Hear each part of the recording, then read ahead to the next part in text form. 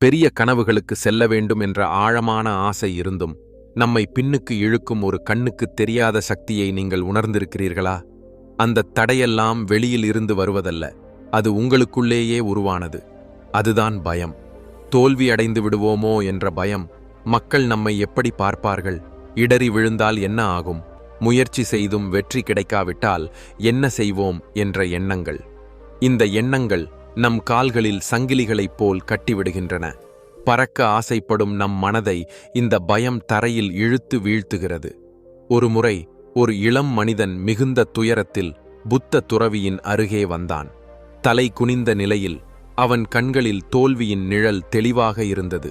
அவன் சொன்னான், குருவே, நான் எப்போதும் முயற்சி செய்கிறேன், ஆனாலும் எல்லாமே தோல்வியாக முடிகிறது. இப்போது எனக்கு கடும் பயமாக இருக்கிறது.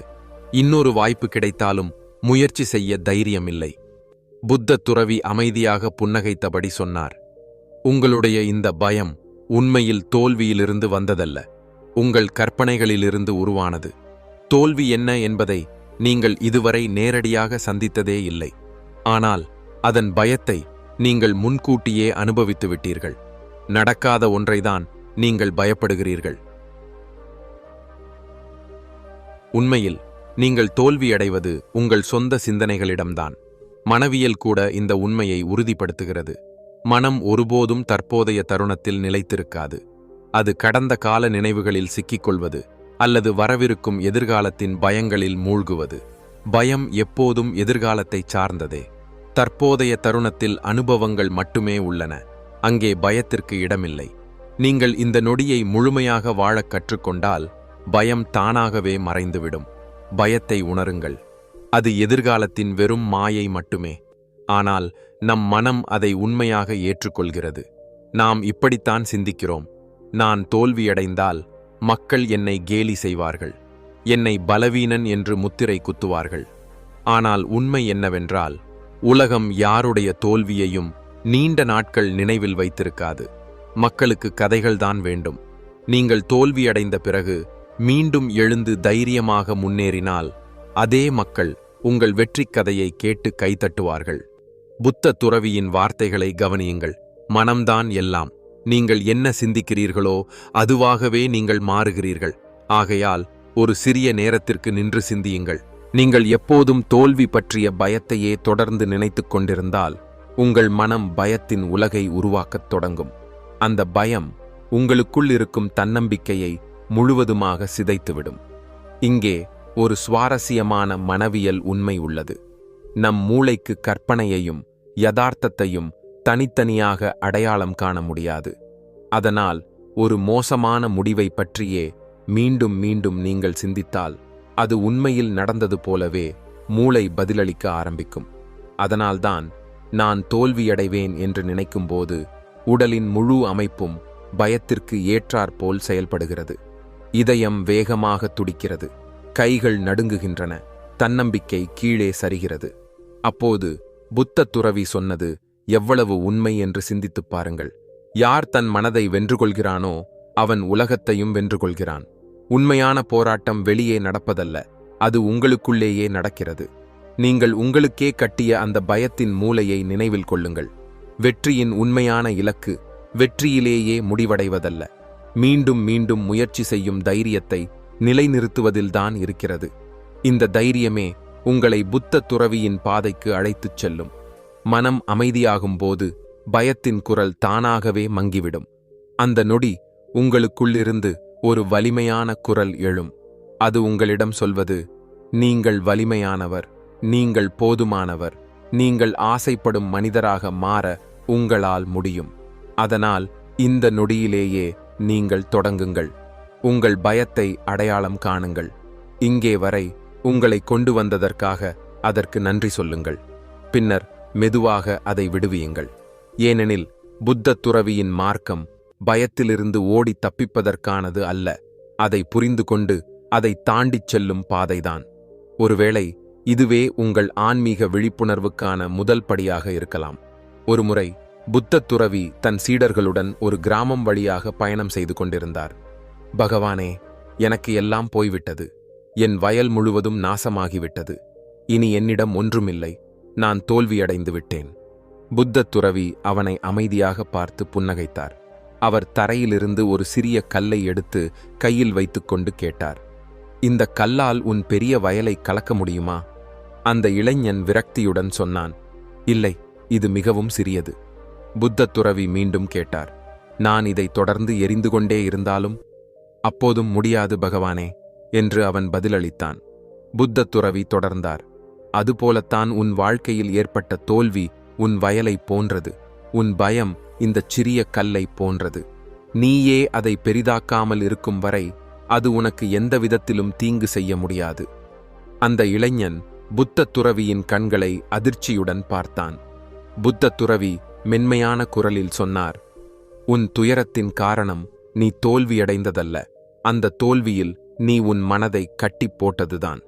இங்கேதான் மனவியலும் புத்த தத்துவமும் ஒரே குரலில் பேசுகின்றன.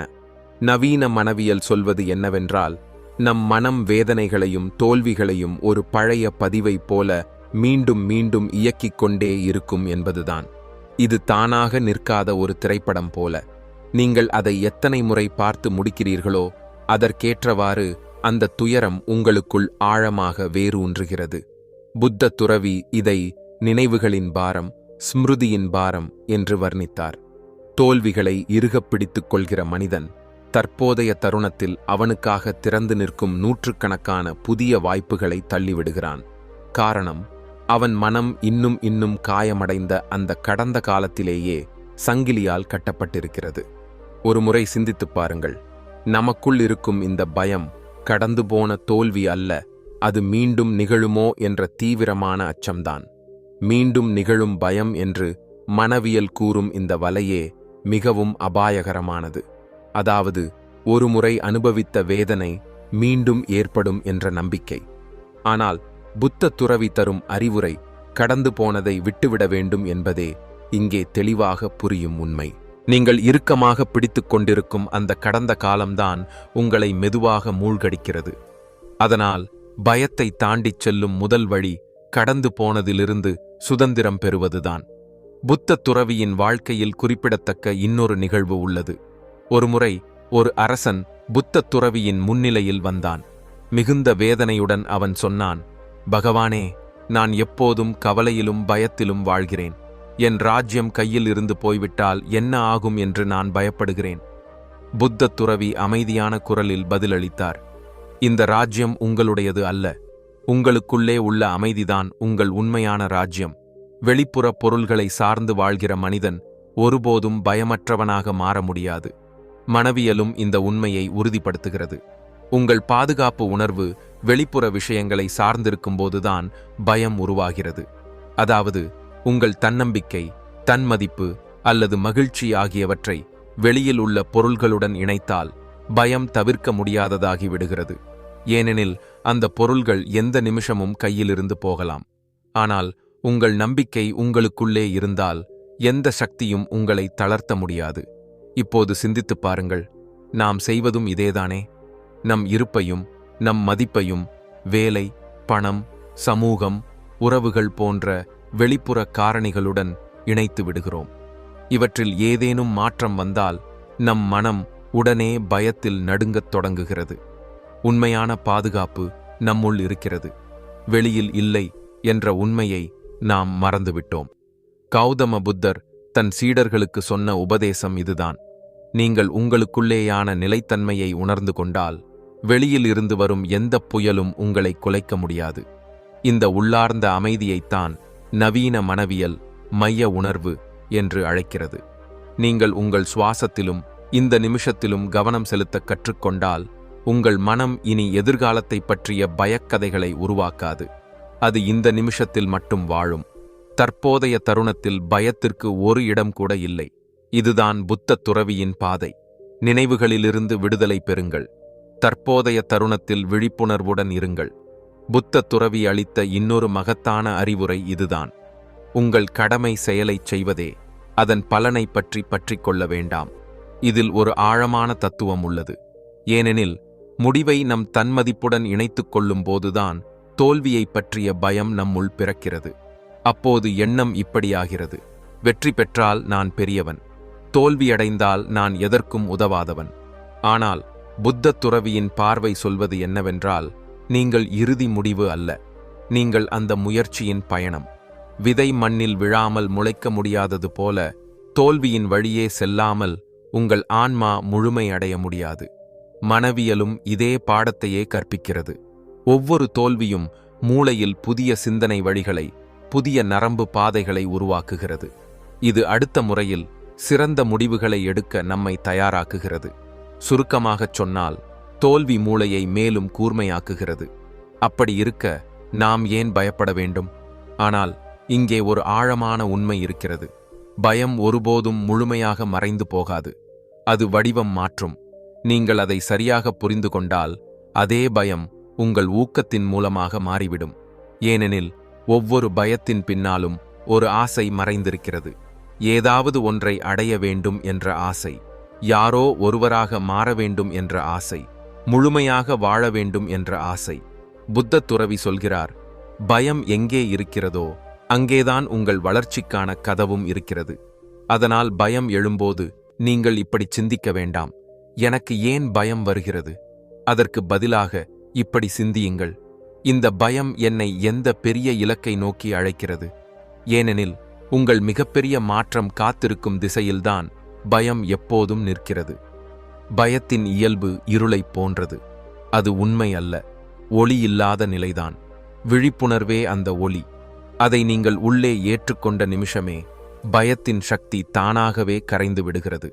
அதனால்தான் புத்த துறவி சொன்னார், பயத்தை புரிந்து கொள்ளுங்கள், அது மறைந்துவிடும். ஆகையால் இப்போது நீங்கள் உங்களுக்குள் ஒரு கேள்வியை கேளுங்கள். உங்கள் பயம் உண்மையான தோல்வியை பற்றியதா, அல்லது உங்கள் மனம் உருவாக்கிய கதைகளை பற்றியதா? ஏனெனில் பயம் வெளியில் இருந்து வரும் ஒரு பேய் அல்ல, அது நம் சிந்தனைகளின் நிழல் மட்டுமே. அந்த நிழலை நீங்கள் உணரும் நிமிஷமே சூரிய ஒளி தானாகவே உங்கள் முன்னால் தோன்றும். அதனால் இன்றிலிருந்து பயத்தை ஒரு எதிரியாக பார்க்காதீர்கள். அதற்கு பதிலாக அதை ஒரு கண்ணாடி போல் பாருங்கள். நீங்கள் எங்கே வலிமை பெற வேண்டும், எங்கே உங்களை நம்ப கற்றுக்கொள்ள வேண்டும் என்பதை அது தெளிவாக காட்டும். கௌதம புத்தரின் வாழ்க்கை நமக்கு கற்றுக் கொடுப்பது இதுதான். உண்மையான வெற்றி பயத்துடன் போராடுவதில் அல்ல, அதை சரியாக புரிந்து கொள்வதில்தான். பயத்திலிருந்து ஓடி ஒளியாதீர்கள், அதை உள்ளே அனுமதியுங்கள். அதை பாருங்கள், அதை கவனியுங்கள். அது உங்கள் உள்ளே நடக்கப் போகும் பெரிய மாற்றத்தின் அறிகுறிதான். பயத்தின் அந்த வாசலூடாக கடந்து செல்லும் மனிதன் ஒருபோதும் பழைய மனிதனாக இருக்க மாட்டான். அவன் ஞானத்தை அடைவான். கௌதம புத்தர் சொல்வார், யார் பயத்தை புரிந்து கொள்கிறானோ அவனே தைரியசாலியாக மாறுகிறான். ஏனெனில் தைரியம் என்பது பயமில்லாத நிலை அல்ல, பயம் இருந்தாலும் முன்னேறிச் செல்லும் திறன்தான். இதுவே புத்த துறவியின் பாதை. பயத்தை அடக்கி ஒடுக்குவது அல்ல, அதை பார்த்து உணர்ந்து புரிந்து கொண்டு அதை சக்தியாக மாற்றுவது.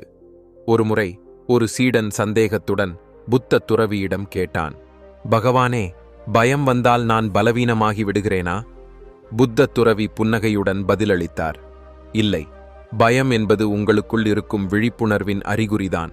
நீங்கள் ஒரு பெரிய வாய்ப்பின் வாசலில் நின்றிருக்கிறீர்கள் என்பதையே அது சொல்கிறது. பலவீனமானவன் பயத்திலிருந்து ஓடி ஒளிகிறான். ஆனால் அறிவுள்ளவன் பயத்தை கையில் எடுத்துக்கொண்டு அதை வலிமையாக மாற்றுகிறான். சற்று ஆழமாக சிந்தித்துப் பாருங்கள். நீங்கள் ஒரு புதிய பாதையில் காலடி எடுத்து வைக்கும் போதுதான் பயம் எப்போதும் தோன்றுகிறது. நீங்கள் வசதியான எல்லைகளை தாண்டி வெளியே செல்லும் போது மனம், கவனம், இது அறியாதது என்று கிசுகிசுக்கிறது. ஆனால் அங்கேயே நீங்கள் நின்றுவிட்டால் வளர்ச்சி முழுமையாக நின்று போகும். நீங்கள் தைரியமாக முன்னேறினால் அந்த பயத்தின் நெருப்பு உங்கள் தன்னம்பிக்கையை பொன்னாக உருக்கி மாற்றிவிடும். இங்கே ஒரு முக்கியமான மனவியல் உண்மை உள்ளது. நம் மூளைக்கு பயத்தையும் உற்சாகத்தையும் வேறுபடுத்தி புரிந்து கொள்ள முடியாது. இந்த இரண்டு உணர்ச்சிகளும் உடலில் ஒரே சக்தியைத்தான் உருவாக்குகின்றன. இதயத் துடிப்பு அதிகரிக்கும், சுவாசம் ஆழமாகும், இரத்த ஓட்டம் கூடும். வேறுபாடு நம் சிந்தனையில்தான். நீங்கள் அந்த நிலையை பயம் என்று பெயரிட்டால் அது உங்களை தளரச் செய்யும். அதையே உற்சாகம் என்று சொன்னால் அதே சக்தி உங்களை முன்னே தள்ளும். புத்த துறவியின் செய்தி இதுதான். நீங்கள் எதற்கு எந்த பெயரை வைக்கிறீர்களோ அதே வடிவத்தை அது எடுத்துக்கொள்கிறது. பயத்தை நீங்கள் எதிரி என்று அழைத்தால் அது ஒரு போராக மாறும். அதையே ஆசிரியர் என்று பார்த்தால் அது உங்களுக்கு வழிகாட்டியாக மாறும்.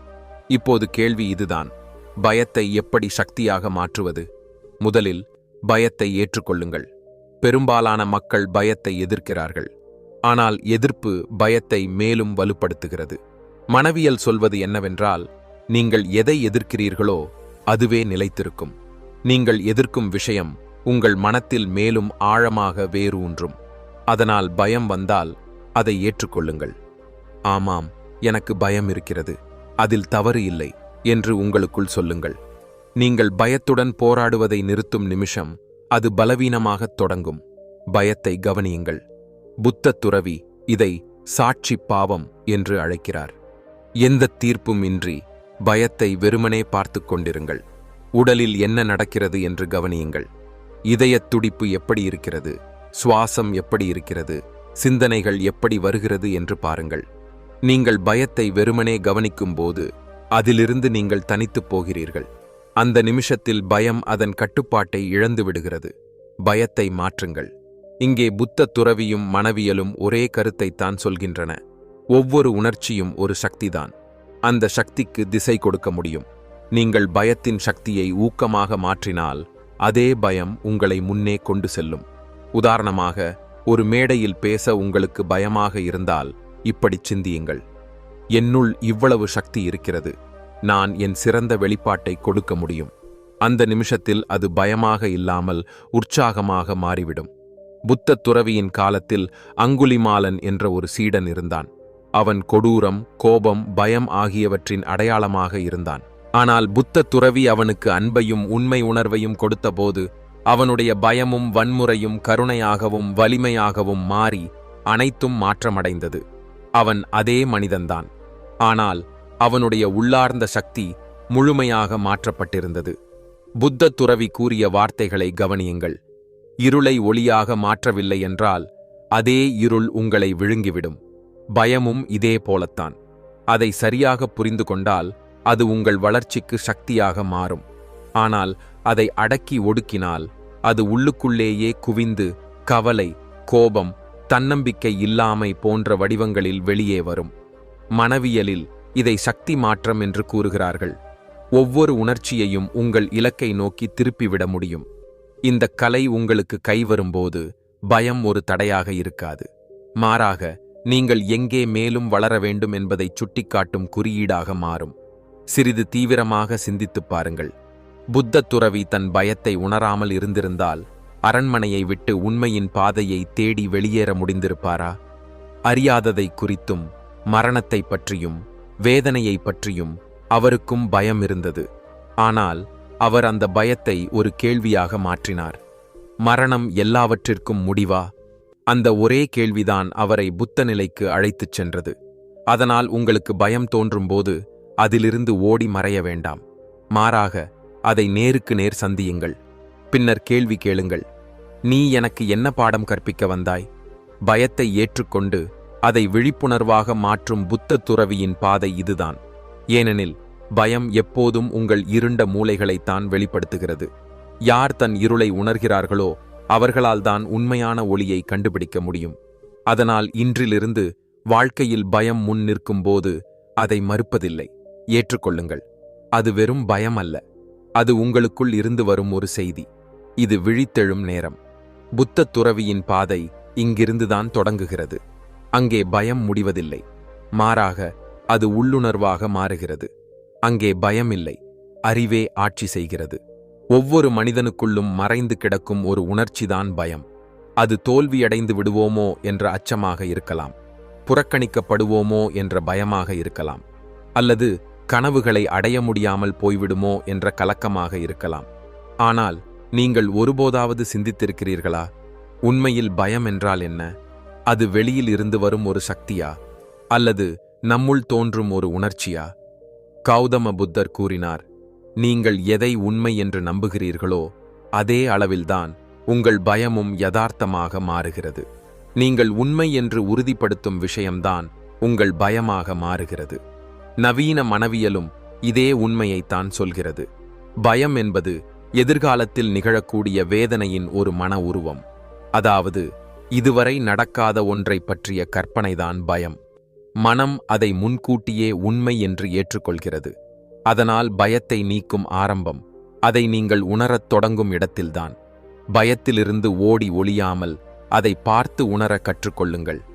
ஏனெனில் நீங்கள் முழுமையான கவனத்துடன் பார்க்கும் எந்த ஒன்றும் உங்கள் மீது வைத்திருந்த தனது கட்டுப்பாட்டை இழந்துவிடும். புத்த துறவி இதைத்தான் சாட்சி பாவம், விழிப்புணர்வு என்று கற்பித்தார். முதல் பயிற்சி இதுதான். விழிப்புடன் இருங்கள். மனதை கவனிக்க கற்றுக்கொள்ளுங்கள். உங்கள் அனுமதி இல்லாமல் மனம் பேசத் தொடங்கும் போதே பயம் பிறக்கிறது. அது உங்களிடம் மெதுவாக கிசுகிசுக்கும். நான் தோல்வியடைந்தால் என்ன ஆகும்? எல்லோரும் என்னை கேலி செய்வார்களே, எனக்கு திறன் இல்லை என்றால்? ஆனால் புத்த துறவி அளித்த பாடம் இதுதான்.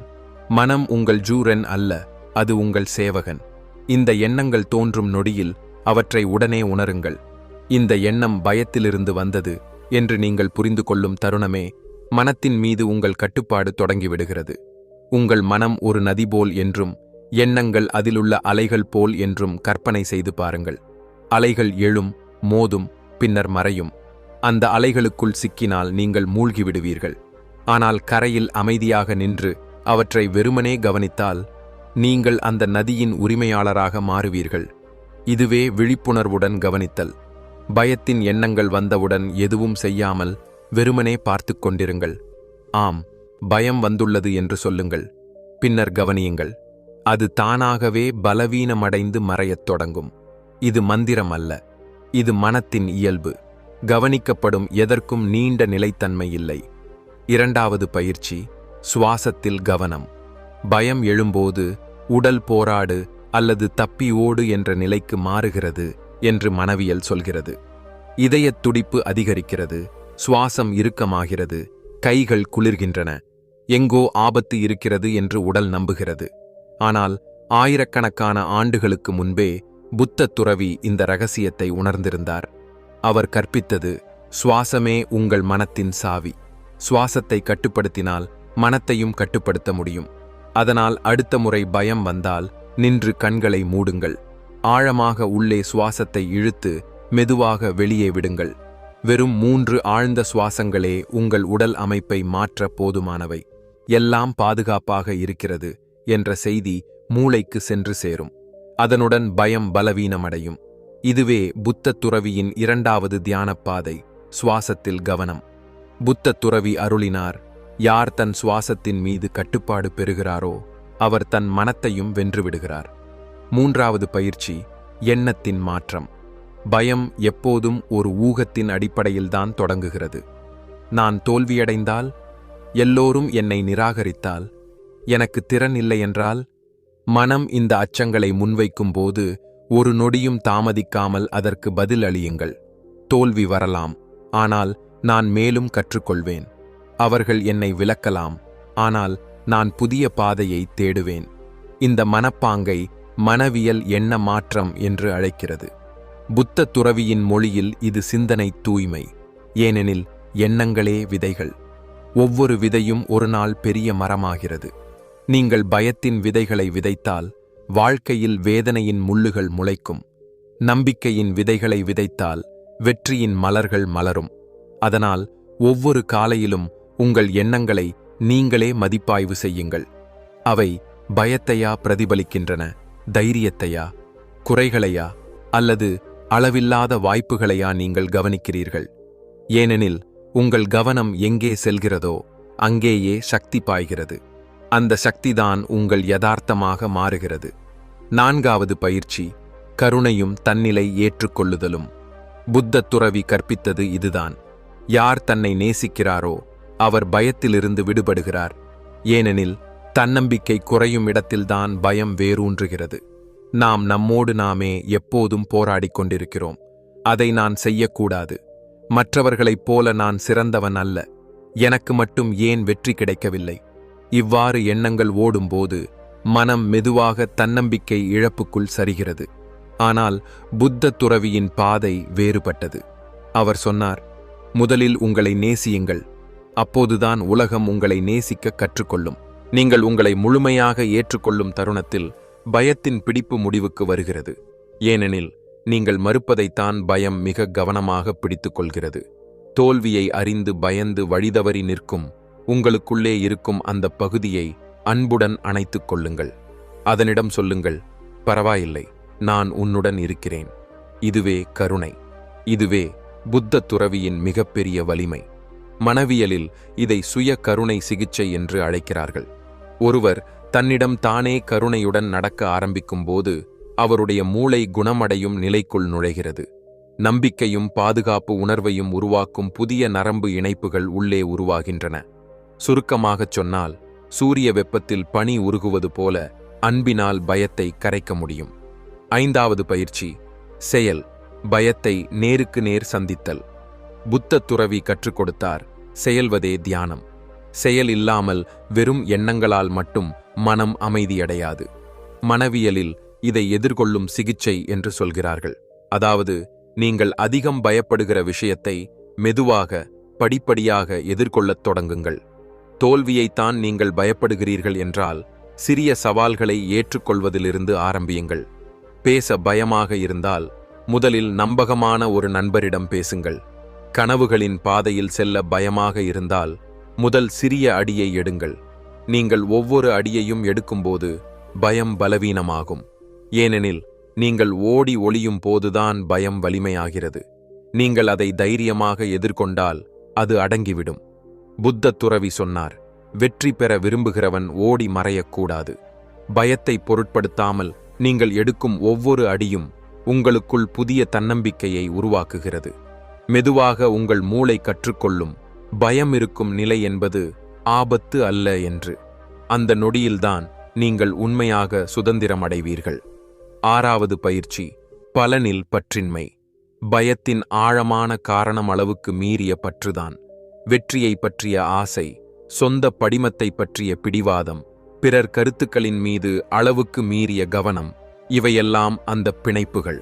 ஆனால் புத்த துறவியின் தத்துவம் எளிதானது. எங்கே பற்றுதல் இருக்கிறதோ அங்கே பயம் இருக்கும். எங்கே பற்றின்மை இருக்கிறதோ அங்கே சுதந்திரம் இருக்கும். நீங்கள் கவனம் செலுத்த வேண்டியது உங்கள் செயலின் மீது, அதன் பலனின் மீது அல்ல. ஏனெனில் பலன் உங்கள் கட்டுப்பாட்டில் இல்லை, ஆனால் முயற்சி உங்கள் கைகளில் இருக்கிறது. ஒரு விவசாயி விதையை விதைக்கிறான், ஆனால் மழை பெய்வது அவனுடைய விருப்பப்படி அல்ல. அவன் தன் கடமையை செய்கிறான், மீதியை இயற்கைக்கு விட்டுவிடுகிறான். அதுபோல பலனை பற்றிய கவலையில்லாமல் செயல்பட கற்றுக்கொண்டால் பயத்தின் வேர்கள் தானாகவே உலர்ந்துவிடும். ஏனெனில் இழக்க ஒன்றுமில்லாத மனிதன் இந்த உலகில் மிகப்பெரிய சக்தியாக மாறுகிறான். 7வது பயிற்சி, தற்போதைய தருணத்தில் வாழ்தல். புத்த துறவியின் முழு தத்துவமும் இந்த உண்மையில்தான் நிலைத்திருக்கிறது. தற்போதைய நிமிஷம்தான் நமது உண்மையான வாழ்க்கை. பயம் எப்போதும் எதிர்காலத்துடன் கட்டப்பட்டதே. என்ன நடக்கும் என்ற கேள்வியில்தான் அது பிறக்கிறது. ஆனால் நீங்கள் கவலைப்படும் விஷயம் உண்மையில் இப்போது நடப்பதில்லை. அந்த நேரம் வரும்போது அதை எதிர்கொள்ள தேவையான வலிமையும் திறனும் உங்களுக்கு அப்போதுதான் கிடைக்கும். மனவியல் சொல்கிறது, பயங்களில் 90 விழுக்காடு வெறும் கற்பனையே. உண்மையில் நடக்காமல் மனதில் மீண்டும் மீண்டும் ஓடும் ஒரு கதையே அது. அதனால்தான் புத்த துறவி சொன்னார், இந்த நிமிஷத்தில் வாழுங்கள். நீங்கள் தற்போதைய தருணத்தில் முழுமையாக மூழ்கும்போது பயத்தை பற்றி சிந்திக்க மனத்திற்கு நேரமே இருக்காது.